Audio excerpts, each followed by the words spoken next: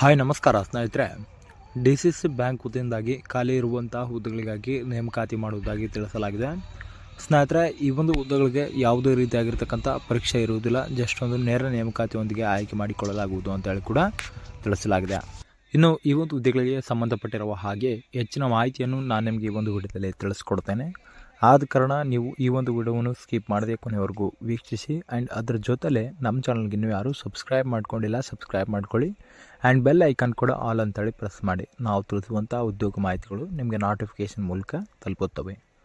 ಸ್ನೇಹಿತರೆ, ಸಂಸ್ಥೆ ಹೆಸರು ಬಂದು ಜಿಲ್ಲಾ ಸಹಕಾರ ಕೇಂದ್ರ ಬ್ಯಾಂಕ್ ನೇಮಕ ವತಿಯಿಂದಾಗಿ ಹುದ್ದೆಗಳಿಗೆ ನೇಮಕಾತಿಯಾಗುತ್ತದೆ.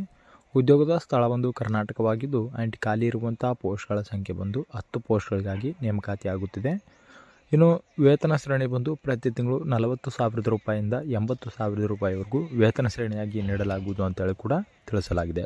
ಹಾಗೆ ಹುದ್ದೆಗಳ ವಿವರದ ಬಗ್ಗೆ ನೋಡೋದಾದರೆ ಮುಖ್ಯ ಪ್ರಧಾನ ವ್ಯವಸ್ಥಾಪಕರು ಅಂತೇಳಿ ಈ ಒಂದು ಹುದ್ದೆಗಳಿಗೆ ನೇಮಕಾತಿ ಆಗುತ್ತದೆ. ಹಾಗೆ ಈ ಒಂದು ಹುದ್ದೆಗಳ ವಯಸ್ಸಿನ ಮಿತಿ ಬಂದು ಕನಿಷ್ಠ 18 ವರ್ಷನ ಪೂರೈಸಿರಬೇಕು ಹಾಗೂ ಗರಿಷ್ಠ 35 ವರ್ಷನ ಮೀರಿರಬಾರದು ಅಂತೇಳಿ ಕೂಡ ತಿಳಿಸಲಾಗಿದೆ.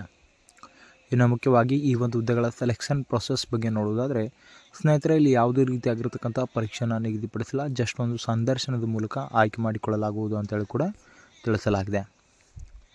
ಆ್ಯಂಡ್ ಮುಖ್ಯವಾಗಿ ಈ ಒಂದು ಹುದ್ದೆಗಳ ಶೈಕ್ಷಣಿಕ ಅರ್ಹತೆ ಬಗ್ಗೆ ನೋಡೋದಾದರೆ ಯಾವುದೇ ಮಾನ್ಯತೆ ಪಡೆದ ವಿದ್ಯಾಸಂಸ್ಥೆ ವತಿಯಿಂದ ಅಭ್ಯರ್ಥಿಗಳು ಪದವಿನ ಪೂರ್ಣಗೊಳಿಸಿದ್ದಲ್ಲಿ ಅರ್ಜಿನ ಸಲ್ಲಿಸಲು ಎಲಿಜಿಬಲ್ ಇರ್ತೀರ.